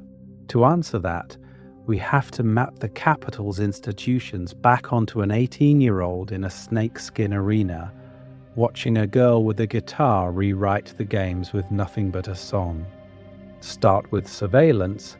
At face value, Panem's cameras are about security, order, control. But there is a lot to uncover here. Snow spends Ballard terrified that someone will catch him cheating for Lucy, hear a wrong word, see a wrong glance. His whole future hangs on not being exposed. So when he finally has power, what does he build? A world where exposure is constant, but controlled from above. You don't get to overhear Snow. Snow gets to overhear you. Public punishments work the same way. Remember how he panics that Dr. Gall might drag his secrets into the open? Or that Sejanus's idealism will pull him down by association? The fear isn't just death, it's humiliation. So executions in the square, whipping posts, televised bombings, those are his nightmare, weaponized. He takes his private dread of being found out and turns it into a national ritual. Confession through suffering, whether you're guilty or not. Then there's the hierarchy. Back then, the Snow family is one missed meal away from losing their apartment, their status, their entire identity. Coriolanus grows up on the cliff edge between capital and district. So he hard-codes that cliff into Panem. Rigid districts, rigid classes, victors' villages on hills. Every structure whispers the same threat he heard as a child. Fall once, and you never climb back. That part matters because it explains why poverty isn't a failure of the system. It is the system. Now zoom in on the games themselves. We're going to cover performance because this is where we talk about Lucy Gray's real impact. In the 10th games, Snow watches a tribute turn survival into a show. She charms, she sings, she bends narrative around herself. It's dangerous precisely because it's unscripted. So his solution is brutal and elegant. Keep the performance, kill the freedom. Later arenas are saturated with commentary, sponsors, pre-approved interviews, stylists. Every victor is a Lucy Gray whose script Snow owns. And what about betrayal? Snow never gets proof Lucy betrayed him at the lake. A scarf, a snake, a sound in the trees. That's all it takes to flip him into kill mode. He cannot tolerate ambiguity, so in his presidency, a hint becomes a verdict. Plutarch's creative quell idea, useful but watched. Peacekeepers who hesitate, disposed of. Districts that remember old rebellions, starved. The relationship never has to be proven treasonous. Suspicion is enough. The tragedy is simple and enormous. One boy can't process loss, fear, and desire in a healthy way, so an entire country inherits his coping mechanisms. Instead of therapy, Panem gets mutts. Instead of closure, it gets endless games. Snow doesn't just rule Panem. He forces Panem to live in the woods outside District 12, with him forever, trapped in that moment by the lake, jumping at every snapped twig. Which raises the next question: if the whole system is built on one man's unresolved trauma, what happens when a new victor starts breaking his favorite rules about story, loyalty, and fear? Did Lucy Gray survive? Canon clues and wild theories, so when Katniss starts breaking his favorite rules, you have to go back to the first girl who ever did that. Lucy Gray, the one story Snow never gets to finish. At face value, the book gives you a pretty clear outcome. In the woods, he panics. He fires into the trees where he thinks she's hiding. He hears a cry, sees what he believes is blood on a nearby plant, and then nothing. No body, no confirmation, just silence and mockingjays echoing her song back at him. On paper, the reasonable conclusion is simple. He killed her, and the woods swallowed the evidence. But here's the real question. If it's that simple, why does Suzanne Collins work so hard to keep it ambiguous? Snow never sees her fall. He never touches her, never checks her pulse. All he has is a flash of red and his own desperate need for the problem to be solved. That part matters because this is a boy whose whole future depends on erasing one witness and one mistake. Of course, he's going to convince himself the job is done. Now flip it. The evidence for survival is everywhere once you start looking. No body. A girl whose entire game's strategy was disappearing in plain sight. Someone who knows those woods better than he does, who walks barefoot, reads the weather and understands the snakes he's suddenly terrified of. We're going to cover the snakebite theory more in a second, but even in the moment he's not sure whether the cry he hears is pain, surprise or performance. And then the mockingjays pick up her song, The Hanging Tree, and carry it for decades. Did they learn it in that last moment? Or has she been singing out there, alive, long enough for it to become a district folk memory? This is where we talk about the fandom's favorite possibilities. 1. Lucy Gray survives, vanishes into the wild, and eventually brushes up against the early resistance. Maybe she never joins formally, but her songs, her stories about the capital, become raw material the rebels later weaponize. 2. She changes her name, folds back into District 12 as a miner's wife, or a traveling musician, the girl next door nobody realizes once beat the games. 3. She becomes a literal legend, the patron saint of runaways and victors who don't stay bought. A whispered warning that the capital's promise of safety is always a trick. So what does each version do to Snow? If she's dead, he gets a clean line. One terrible choice that cements his belief that love is a liability and control is the only protection. His regret hardens into policy. No more chances, no more witnesses. If she's alive, though, then every mockingjay, every rebel song is a message from someone who knows him at his weakest. The relationship doesn't end, it just moves into his nightmares. And here's the question that really threatens Panem's history. If Lucy Gray survived in a way Snow knew about, or if he'd lowered the gun and walked out of those woods with her, do we still get the same president, the same games, the same girl on fire, or does everything break differently from that single missed shot? What if Snow never pulled the trigger? So let's run the tape again, but change one frame. Snow in the woods, finger on the trigger. This time he believes her. He doesn't panic. He lowers the gun, and instead of hunting Lucy Gray, he walks toward her. Here's the real question. If he chooses the girl from District 12 over the promise of the capital, does Panem actually get a different story, or just a slower version of the same tragedy? At face value, it sounds romantic. Two fugitives slipping past the fence, vanishing into the wild the way Lucy Gray always sang about. No more academy, no more Dr. Gall, no more games. But immediately, you hit the practical wall. How long can an ex-peacekeeper with zero wilderness skills and a performer who survived on crowds, not forests, actually last outside the system? This is where we talk about survival as more than just food and shelter. It's identity, it's status, it's the story you tell yourself about why you matter.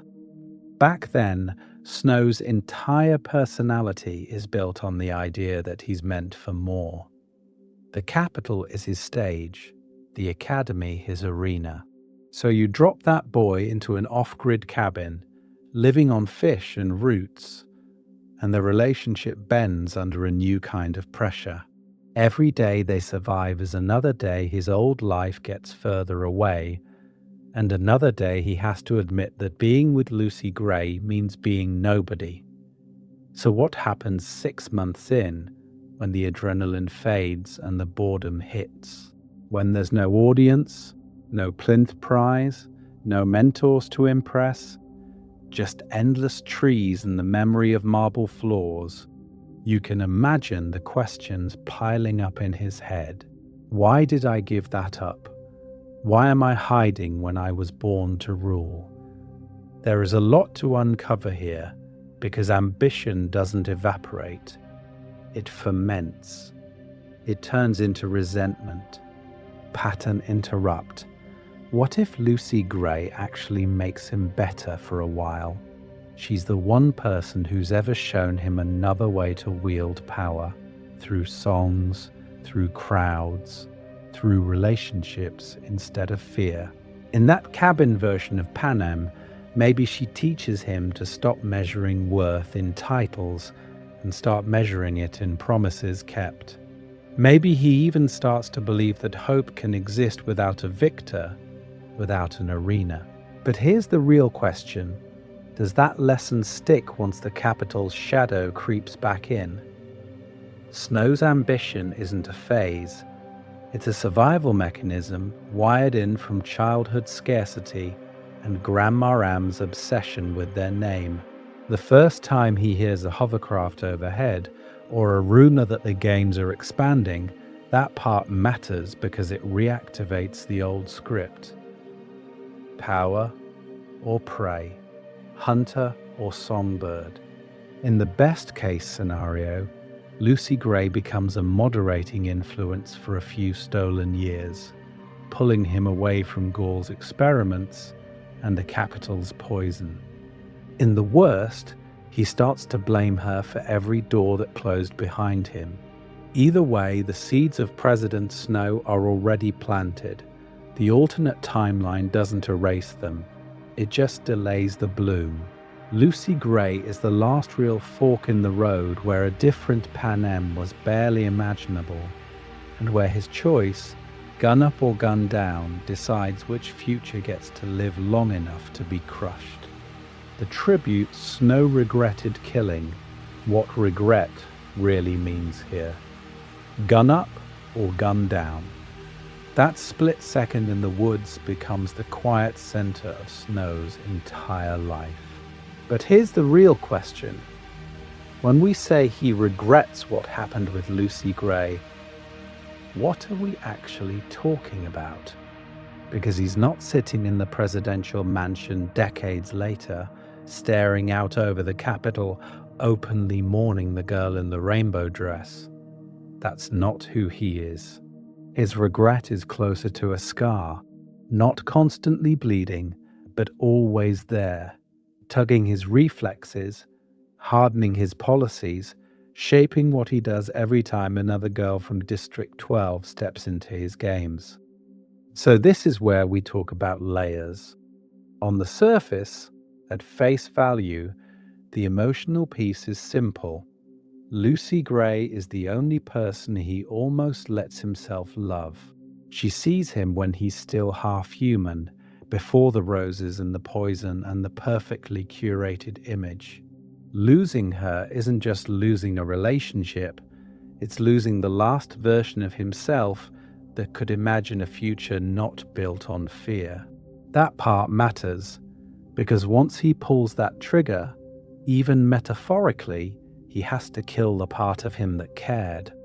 But there is a lot to uncover here beyond feelings.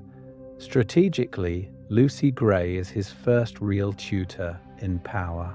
She teaches him that performance wins crowds, that stories bend reality, that a song can turn a nobody tribute into a symbol the districts will whisper about. He cheats for her, manipulates the arena, and learns the games are less about combat and more about narrative control. Later, when Katniss volunteers and sings to Rue, you can almost feel the echo. He's seen this movie before, and it terrified him the first time. Symbolically, the regret cuts even deeper. By trying to kill Lucy Gray, Snow isn't just eliminating a witness. He's executing his own capacity for hope. He chooses the world where survival means preemptive betrayal, where every bond is a liability, where the only safe story is the one you script yourself. His greatest regret may not be killing her, but needing to, choosing a reality where that felt like the only viable option. So how does that show up later? Look at his overreaction to Katniss. She's another musical girl from District 12 who breaks the games without meaning to, who turns an arena stunt into a rebellion symbol. His fixation on her isn't just political, it's personal pattern recognition. Why else obsess over one teenage victor when there are plenty of other problems in Panem? His hatred of unscripted performers, the way he clamps down on any tribute who goes off script, any victor who won't play their role, starts to read as self-defense. He knows what happens when a songbird writes her own script. The Capitol nearly loses control. He nearly loses himself. And that sets up the final, brutal irony. If Snow's entire empire is built to prove that his choice in the woods was necessary, what does it mean when Katniss walks into his carefully managed games and proves, step by step, that he was wrong? Katniss proves him wrong. The one outcome Snow never planned for. Katniss walks into his games as a statistical impossibility. One girl from the poorest district survives not one arena, but two, then refuses a third by burning the Capitol from the inside. If Snow built his whole system to prove Lucy Gray was a deadly anomaly, Katniss is the sequel he never greenlit. At face value, Snow treats her as just another problematic victor. He sends the usual weapons: fear, surveillance, Peter. Turn her love into a leash, her family into hostages, her image into state property. That's the pattern we're going to cover. Take any spark of hope and wrap it in capital script until it behaves. But here's the real question: why doesn't it work this time? Katniss survives the first arena by breaking the rules with those nightlock berries, turning a zero-sum death match into a two-victor ending the Capitol never planned for. She survives the second by literally blowing up the arena itself. Every time Snow tries to reassert control, she uses the move against him. The Quarterquell is supposed to remind victors they never really escaped the games. Instead, it exposes the lie of safety and turns them into open rebels. That part matters because it directly contradicts the lesson he took from Lucy Gray, that if you preemptively crush unscripted relationships, you stay safe. Back then, he fired into the trees and told himself connection was the threat. Now he throws Katniss and Peter back into the arena to prove that point again. But the result is the opposite. Their relationship becomes the rebellion's engine. The more he punishes them, the more the districts see a story the Capitol can't quite choke out. There is a lot to uncover here about his worldview. After Lucy Gray, Snow decides that hope is only tolerable when it's rationed and reversible. A little hope, carefully measured, so the Capitol can yank it away. But Katniss becomes a symbol he can't fully reverse. Even when he hijacks Peter, even when he bombs District 12, the Mockingjay hangs on in the ruins and in the propos. The thing he tried to kill in the woods, district-born, unscripted hope, was never actually dead. It just changed singers. This is where we talk about his final conversations with her in Mockingjay. Stripped of power, coughing blood and secrets, Snow admits Coin ordered the Capitol children bombing. He points out the cycle of games dressed up as justice. Is he being honest? Is he just sowing chaos? The uncomfortable answer is both. For once, his survival doesn't depend on the lie, so he can afford a bitter kind of clarity. And that's why his death hits theatrically harder than a simple tyrant execution. As the mob tears him apart under Coin's fallen body and the ruined roses, it's not just a president dying. It's the collapse of the story he's been telling himself since that gunshot at the lake, that choosing power over connection was the smart move. Katniss is still alive. The Mockingjay symbol is still singing. His games are over. So the next question is, if Snow's story fails that completely, what replaces it? And who gets to write the new rules of hope? So if Snow's story collapses with him on that balcony, here's the real question. What story are we supposed to tell about him now? Monster, tragic victim, or something far more uncomfortable in between? This is where we talk about overcorrection. Ballad gives you starving Snow, post-war Snow, Snow terrified of losing his apartment and his status in the capital.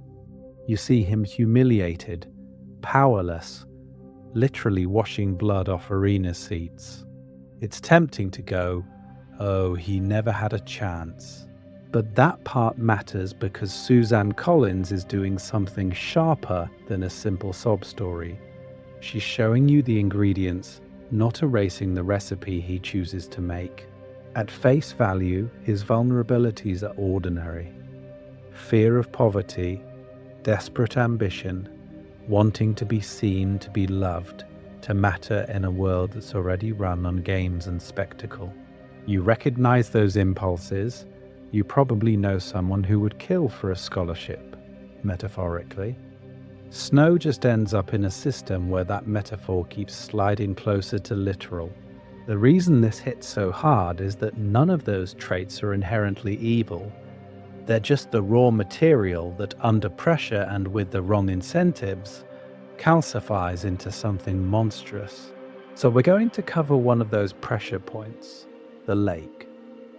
Up to that walk in the woods with Lucy Gray, Ballard constantly hands Snow off-ramps. Turn in the guns, admit the cheating, stay a peacekeeper, run away for real. Over and over, there are hinge moments where he could accept being small and uncertain and loved anyway. Instead, as soon as he feels his control slipping, his brain snaps back to Dr. Gaull's worldview. Chaos must be contained, and people are either weapons or threats. When he raises that gun at the lake, it's not just a crime of passion, it's a philosophy test. He chooses suspicion over trust, power over relationship, narrative control over shared truth. And Collins keeps her cruelest move for last. She never confirms Lucy Gray's fate. Did he kill her? Did she escape? That ambiguity is the perfect punishment. For the rest of his life, the one person who might have loved him outside the capital script exists as an unanswered question in his own head. So is Snow a victim? Yes, of war trauma, of a broken capital that treats children as currency, of Gaull's psychological torture. But he is also the architect who takes those wounds and turns them outward, building a system that inflicts on the districts what was once inflicted on him. Both things are true at once, and the discomfort of holding them together is the point. Because if one tribute from District 12 could bend his entire trajectory that much, what does that say about the power of a single relationship in a world designed to keep people apart? And if Lucy Gray could change him in the wrong direction, what happens when another girl from 12 walks out of the arena and refuses to play his games at all? Why this one relationship matters so much. Big picture takeaways. And this is where we talk about why that one boy and that one girl from District 12 end up mattering way beyond their own doomed relationship. Because Lucy Gray doesn't just break Snow's heart, she rewires the way he understands performance, love, and control. At face value, Lucy Gray is a singer trying to survive a brutal new version of the games. But to Snow, she's a revelation. He watches how a song can flip an audience, how a performance can turn a doomed tribute into a fan favorite, how attention can be as valuable as weapons. That part matters because later, as president, he turns the whole games into exactly that, a permanent stage where every tribute, every victor, every district is forced to perform. So why does he fixate on her so intensely? Because Lucy Gray is the first person who shows him that performance can create hope. When she wins, it proves that if you can control the story, you can survive the arena. Snow takes that lesson and corrupts it. He doesn't want people using spectacle to save themselves. He wants the capital using spectacle to keep them in line. The pageantry, the interviews, the victor's village, the victor's mandatory media roles, those are all Lucy Gray's legacy, twisted. Here's the real question. Why give us this fragile, almost romance as the origin of such a massive evil system? There is a lot to uncover here. By grounding Snow's transformation in something as small and human as a boy cheating for a girl he thinks he loves, Suzanne Collins keeps us close to the discomfort. You can trace a straight line from a scared 18-year-old at the snake pit to the man who orders the bombing of District 12, but the story never lets you say, oh, he's just a victim of his past, and walk away. Instead, it shows how systems are often built from personal wounds. Snow's empire of fear is at its core one boy's overreaction to being vulnerable once. He risks everything for Lucy Gray, then loses control of the situation at the lake, panics, and decides that love is just another arena where you can be killed. His solution? Never be the one on the ground again. Make everyone else the tribute. Make every relationship transactional. Turn trust into a liability. And that's where the real-world echo comes in. How many leaders, institutions, even media empires do we see doing the same thing? They weaponize spectacle so they never have to admit failure. Instead of fixing hunger, they broadcast a charity telethon. Instead of addressing injustice, they choreograph a parade.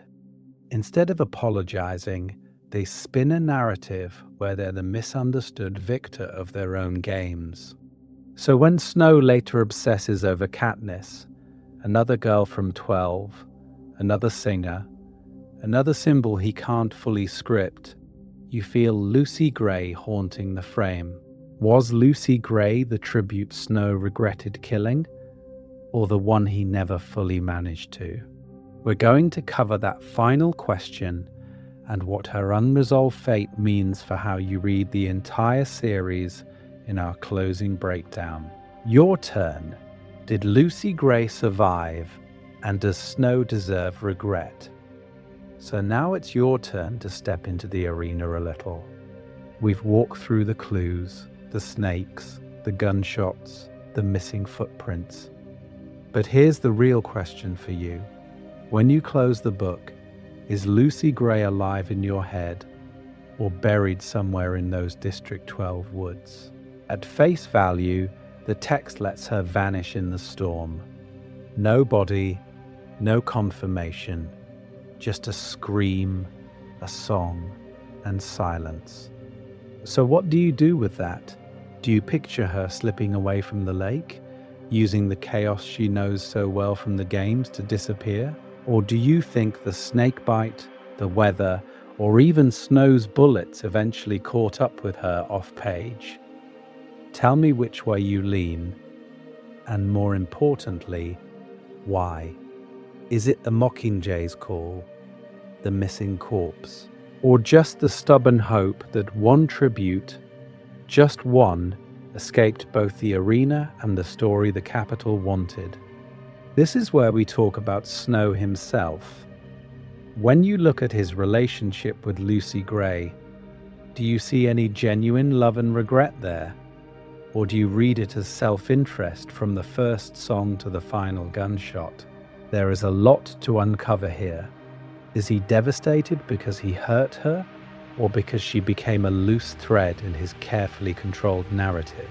When he thinks back on her later, is that guilt, or just annoyance that his first big power play didn't go according to plan?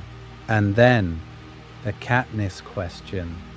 Knowing Lucy Gray exists, does it change how you read Snow's scenes with Katniss in the original trilogy? When he fixates on a girl from District 12 who sings, who turns the games into theatre, who refuses his script, do you feel Lucy's shadow there? Or do you think he's compartmentalized so hard that Katniss is just another problem to solve, not an echo of the one person who almost rewrote his story? I want you to feel free to disagree with each other here. The ambiguity is not a bug, it's the feature. Collins built the ending so multiple readings can stand side by side in the same fandom without one winning. You can have Snow as tragic almost lover or pure opportunist. You can have Lucy Gray as dead, alive, or a traveling song that never stops moving through the districts. So drop your theories.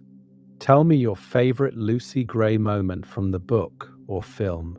If you believe she survived, what does her later life look like to you? Another performer in a different district, a quiet healer, a rebel seed years before the Mockingjay? And if you think she died at that lake, what does Snow regret more? Losing her, or losing the promise that he could ever be anything but the Capitol's perfect predator? If you want more Hunger Games brain rot, whichever version of Lucy Gray you chose in your headcanon, the survivor or the ghost, you can probably feel that she doesn't stay neatly contained in this one story. She bleeds forward into Snow, into Katniss, into every decision the Capitol makes about what a dangerous girl from District 12 inches actually means. If you enjoyed treating Snow and Lucy Gray as a tragic political case study instead of just a doomed romance, you're in the right corner of the internet. This is where we talk about Katniss as a symbol more than a person, why her relationship to the games is fundamentally different from any other victor, and why Snow reads her as a sequel problem to Lucy Gray rather than a brand new threat. On this channel, we're going to cover the whole ecosystem that created him. There is a lot to uncover here. Haymitch's trauma loop and why the Capitol keeps him alive. The ethics of Coin's better regime and whether her proposed games are justice or just a new coat of paint. And the way Victor's village turns survival into a lifetime sentence. At face value, those are separate topics. But here's the real question. What happens when you line them up and read them as consequences of one boy with a gun in the woods who chose power over a girl with a song? If you want more Hunger Games brain rot, there's a whole series of character studies waiting for you.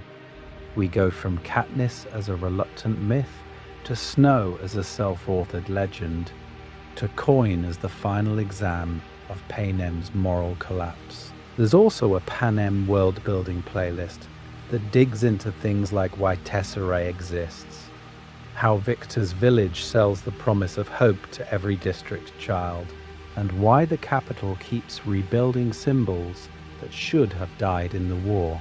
So if this breakdown of Snow and Lucy Gray made you rethink who the real tribute was in their relationship, you'll probably get a lot out of those videos too. You can subscribe if you want to keep pulling on these threads, or share this with that friend who only saw the movies and still thinks Snow is just a cartoon villain with roses. That part matters because the more people we pull past the surface, the more the series stops being kids in an arena and turns into a study of why empires always weaponize love, art, and memory. If you do hit subscribe or pass this along, you're not just boosting a number, you're helping more Hunger Games fans find the deeper layers in Ballad and the original trilogy, especially the ones who never realized how much Lucy Gray is still haunting the story. In the final section, we're going to circle back to that opening image: Snow, the gun, and the girl who wouldn't quite die. Because the body at that lake was never the real target. The real thing he tried and failed to kill was the part of himself that hesitated. Back to the lake, the shot that echoed through history. So we go back to the beginning. Snow in the trees, gun in his hand, calling Lucy Gray's name into a forest that only throws it back at him. You can almost hear the echo, right? Lucy Gray. And then nothing but his own voice, thinner each time, swallowed by leaves and rain, and those mockingjays that don't understand the difference between a love song and a death sentence. At face value, it's just a boy hunting a girl who might betray him. But here's the real question. Why does this moment feel bigger than two scared teenagers in the woods? Because that clearing is the blueprint for everything he builds later. Snow stands there with one choice: trust the girl who showed him another way to live, or pull the trigger and trust the system that's always promised him survival. He fires. Maybe he hits her, maybe he doesn't. The text never confirms. But that part matters because the shot is real, and the decision is real. He chooses the games over the possibility of escape from them. Fast forward decades, and you can trace a straight line from that echoing lake to the roses on his lapel. Why the roses? Because they cover the stench of blood, of illness, of guilt. Every bouquet on a tribute's interview stage is a prettier version of that gun, a prop that says, I control what you see, I control what you smell, I control what you remember. We're going to cover how theatrical that is, but the core is simple. He turns one panicked shot into an entire aesthetic of control. Televised executions, public hangings in District 11, the bombing of 12, the way he has Seneca Crane killed and then turns his death into gossip. That's just the lake scaled up. Back then, it was one girl who might talk. Now it's a whole nation that might sing. This is where we talk about the thesis hiding under all of it. The tribute Snow regretted killing isn't just a girl he loved, it's the version of himself that believed another life was possible. The boy who almost ran away with a Covey singer and left the capital behind dies at that lake, whether Lucy Gray does or not. The president who replaces him never stops compensating for that loss. And Panem pays the price. One private unhealed wound turns into policy. One teenager's fear becomes mandatory viewing.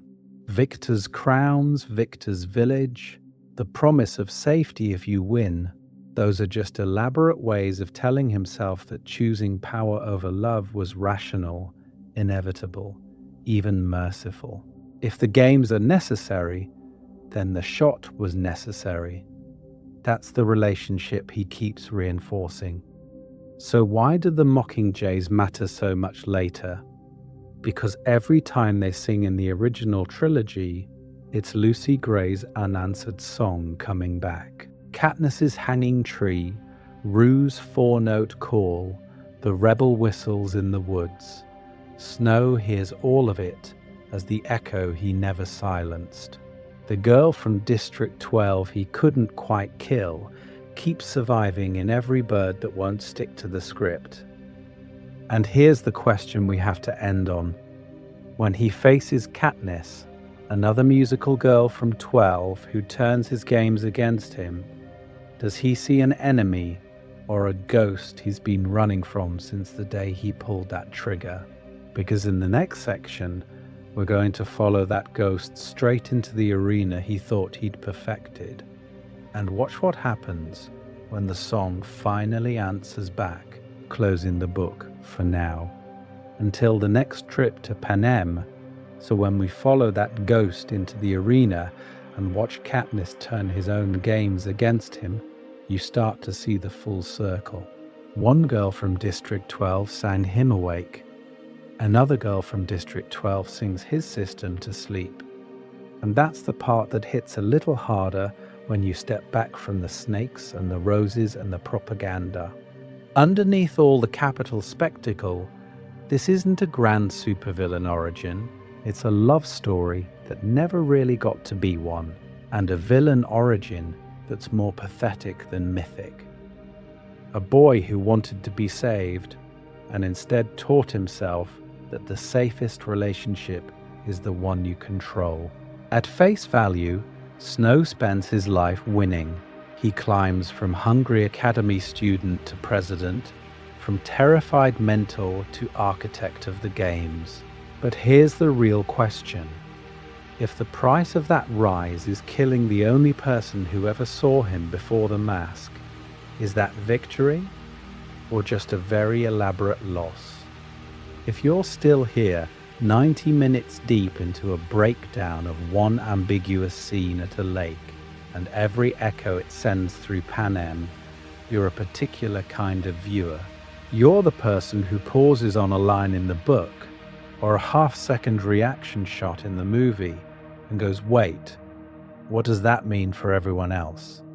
That part matters because this channel is built for that instinct. This is where we talk about the messy corners, the places where politics, trauma, and teenage choices collide and no one walks away clean. We're going to cover the obvious symbols, sure, the roses, the mockingjay, the anthem, but we're just as interested in the small things.